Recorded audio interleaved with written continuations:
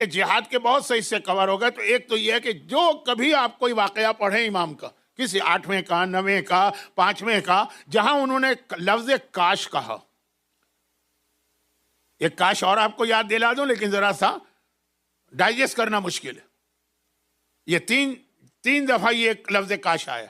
امام نے فرمایا، چھٹا امام نے، کاش میرے شیعوں کو باندھ کر ان کے سروں پہ کوڑے مارے جائیں.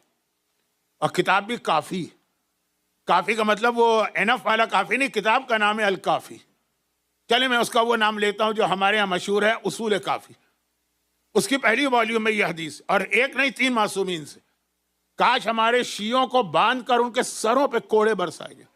یہ امام فرما رہے، یہ معاویہ نہیں کہہ رہا، یہ یزید نہیں کہہ رہا، یہ مثلا منصور جیسا ظالم نہیں کہہ رہا، یہ حشام ابن عبد الملک نہیں کہہ رہا، چھٹا امام کہہ رہا.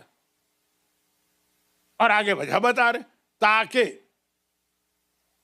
مجھے معلوم ہے کہ میں کس دنیا میں بیٹھا ہوں، وہاں پہ یہ جملہ کتنا خطرناک ہے، لیکن اس سے امام کی خواہش ظاہر ہو رہی ہے، کاش میرے شیعوں کو کوڑے برسائے جائیں ان کے سروں پہ، تاکہ وہ اسی وجہ سے صحیح حلال و حرام خدا کا علم حاصل کرے. سب سے اہم علم ہے حلال و حرام خدا کا. اب یہ کاش بھی امام زمانہ پورا کریں گے جب روایت آ گئی کہ صرف اس آدمی کو امام کی حکومت میں رہنے کی پرمیشن ہے جو حلال و حرام کا علم جانتا ہے. دنیا کے ہر ملک کا قانون ہے کہ اگر آپ وہاں جا کے رہنا چاہیں، سٹیزن شپ لینا چاہیں، نیشنلٹی لینا چاہیں، تو اس کی کچھ ریکوائرمنٹ ہوتی ہیں. اب مثلا جہاں میں انگلینڈ آسٹریلیا سے آیا ہوں یا کینیڈا ہے، وہاں پہ پوائنٹ سسٹم ہے کہ یہ پوائنٹ جمع کرے، اتنے پوائنٹ ہوں گے تو آپ کو ملے گی سٹیزن شپ، ورنہ نہیں. اس میں کئی چیزیں آ جاتی ہیں.